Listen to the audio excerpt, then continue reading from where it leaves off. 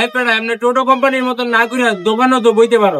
আরে বেটা দোকানদারি করে কি বা তুই দোকানদারি করে আর পর্যন্ত কি করছিস কত? কি করছি না করছি এটা তোর দেখে লাভ নাই, তুই এখন দোকানে বউ, আমি 10 মিনিটের লেগে আইতাছি। और अभी तो रुको, क्लाइमैक्स अभी बाकी है। আমি বলে দোকানদারি করতে পারি না, এমন দোকানদারি কোন পুরো দোকান আছে চালাম। A few moments later.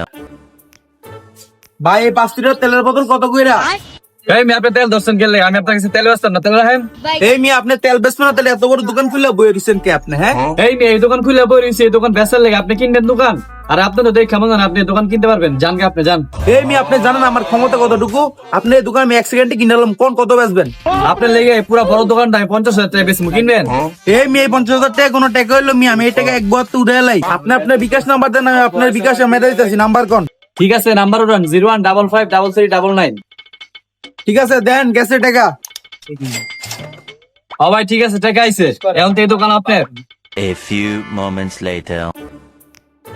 কিরে তোর না দোকানে বয় দিয়ে এলাম, তুই দোকান থেকে এনে কি করো? আরে বেচা কিনি শেষ, এর লেগে আমি আয়া পড়ছি। বেচা কিনি শেষ মানে তুই কয় টাকা বেচছস? 50,000 টাকার বেচা কিনা করছি। তোর দোকানে বহাই দিয়ে এলাম 10 মিনিট হয় নাই, তুই 50,000 টাকা বেচে আলাইছিস। তুই কি কি বেচছস এটা আমার কত? আরে আমার আবার টুকিটাকি বেচা কিনার কোনো অভ্যাস নাই, আমি ডাইরেক্ট 50,000 টাকা পুরো দোকানই বেচে চালাইছি।